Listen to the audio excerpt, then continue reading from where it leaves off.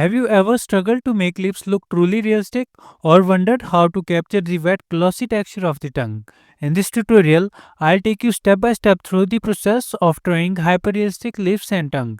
We will break it all down: smooth shading, fine wrinkles, deep shadows, and those bright, glossy highlights that bring everything to life.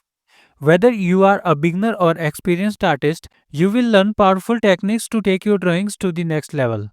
So grab your materials and let's get started.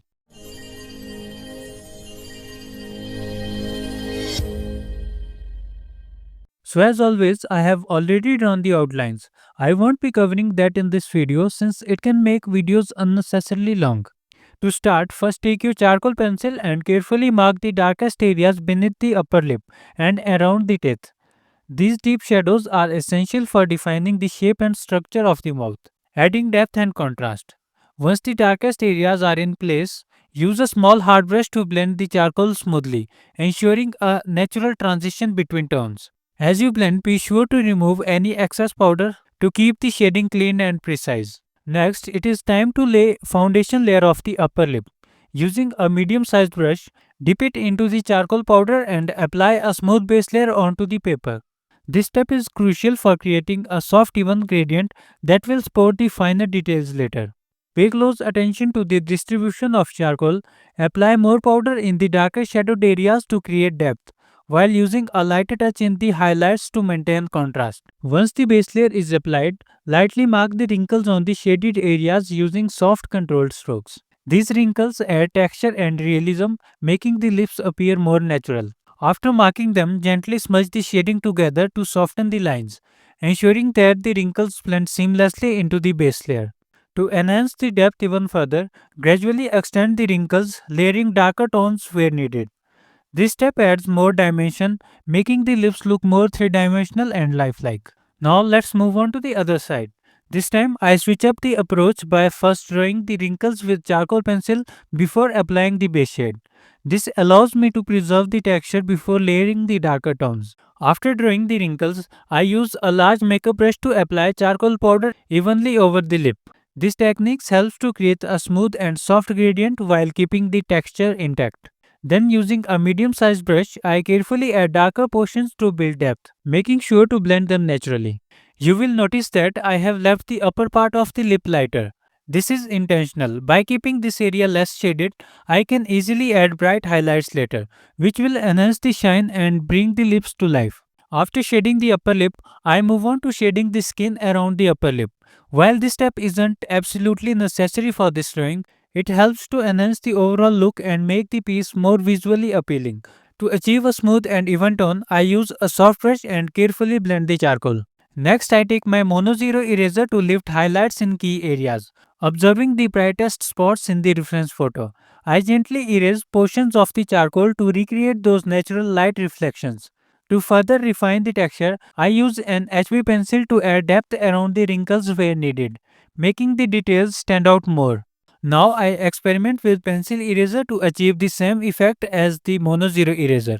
If you don't have the Mono Zero eraser, since it can be expensive, a pencil eraser works just fine as the alternative.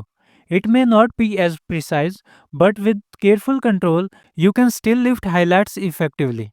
Moving on to the big highlight on the lip, you will notice that it is not completely white. Instead, it has subtle variation in tone. To capture this accurately, I use an HB pencil along with my eraser to carefully add details and blend the highlights so it matches the reference photo. This ensures that the highlights look natural and realistic rather than flat and overexposed. Once I have refined the highlights with my eraser, it's time to enhance the brightest spots. For that final touch of realism, I grab my white jelly roll pen and carefully apply it to the areas where the light is most intense. This step brings the drawing to life, adding that final pop of shine that makes the lips look ultra realistic. Now that the upper lip is complete, I am moving on to adding texture to the skin around the lips. I use a pencil eraser to create tiny dots mimicking the skin pose. Then I lightly shade around these dots using blending stump, making the pose look more natural and realistic. However, since the main focus of this drawing is the lips and tongue, I won't spend too much time on this part. Next, I move on to shading the mouth. Using a charcoal pencil, I apply a deep black tone inside the mouth since this area is in complete shadow. This high contrast helps to define lips and add strong sense of depth to the drawing. Now moving on to teeth, it is important to remember that teeth are not completely white. They have subtle shadows and reflections that give them a natural look. To start, I use a medium-sized soft brush to apply a light layer of charcoal, focusing on areas near the gums and between the teeth to create depth. This prevents the teeth from looking flat and helps them blend naturally into the surrounding features. For the darkest areas, such as the deep spaces between the teeth, I use a charcoal pencil to enhance contrast. This is crucial for defining the shape of each tooth while keeping the shading soft and realistic. The goal is to maintain the natural balance, ensuring the teeth don't look too bright or too dark, but have the right amount of contrast against the lips. To make the teeth look even more realistic, I use a kneadable eraser to lift soft highlights and a pencil eraser to create brighter or more defined highlights. This technique helps capture the natural shine and wet appearance of the teeth, making them stand out against darker areas. By carefully adjusting highlights and shadows, I bring out a lifelike texture. Now let's work on the tongue. First I add or dark areas on the lower part of the tongue using charcoal powder. This helps establish depth and contrast right from the start. Then I take my big soft brush to smudge and blend the charcoal smoothly, creating a soft and even base tone over the entire tongue. Next, I use my HB pencil to refine the shadows on the lower tongue. At this stage, I also begin adding visual textures by lightly sketching small organic patterns. The key here is to follow the tongue's natural shapes and grooves to enhance realism without over detailing. Now I take my pencil eraser to lift highlights, and for the upper part of the tongue, I carefully observe the reference and add small dots and irregular shapes to replicate the tongue's natural texture. This technique helps break up the smooth shading, making the surface look more realistic. To add even more dimension, I return with my HB pencil to subtly darken the spaces between highlights, reinforcing depth and contrast. Finally, to make the tongue look moist and lifelike, I use a white jelly roll pen to apply the brightest highlights. These small, precise reflections mimic the way light interacts with the moisture on the tongue's surface, making the drawing appear more realistic. With these final touches, the tongue now has depth, texture, and natural shine that enhances the overall realism of the artwork. Now, moving on to the lower lip, I start by adding a base shade to the skin around it. Then, using an HB pencil, I lightly mark the wrinkles and shape the highlights. While applying the base shade to the lip, I make sure to leave these highlighted areas lighter to maintain the natural contrast. Next, I take a soft brush and apply a light base tone over the lower lip using charcoal powder. I gradually concentrate more powder in the darker areas to build depth and enhance the lip's volume. This layering process ensures a smooth and realistic transition between shadows and highlights. Now I go back with my HB pencil to refine the wrinkles on the lip, carefully extending them to follow the natural texture. I also darken the corners around the highlights, which helps to define them and create a more realistic effect.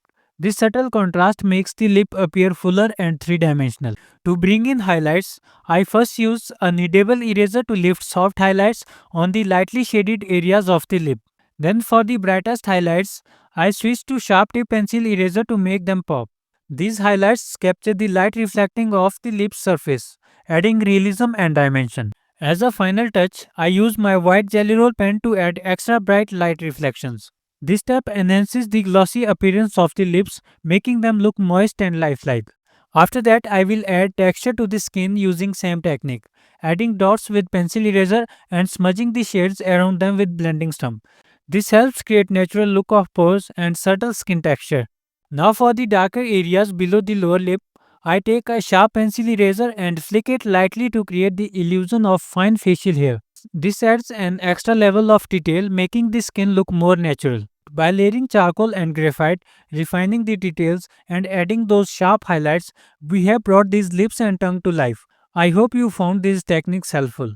If you enjoyed this tutorial, don't forget to like, comment, and subscribe for more hyper-realistic drawing tips. Thanks for watching, and I'll see you in the next one.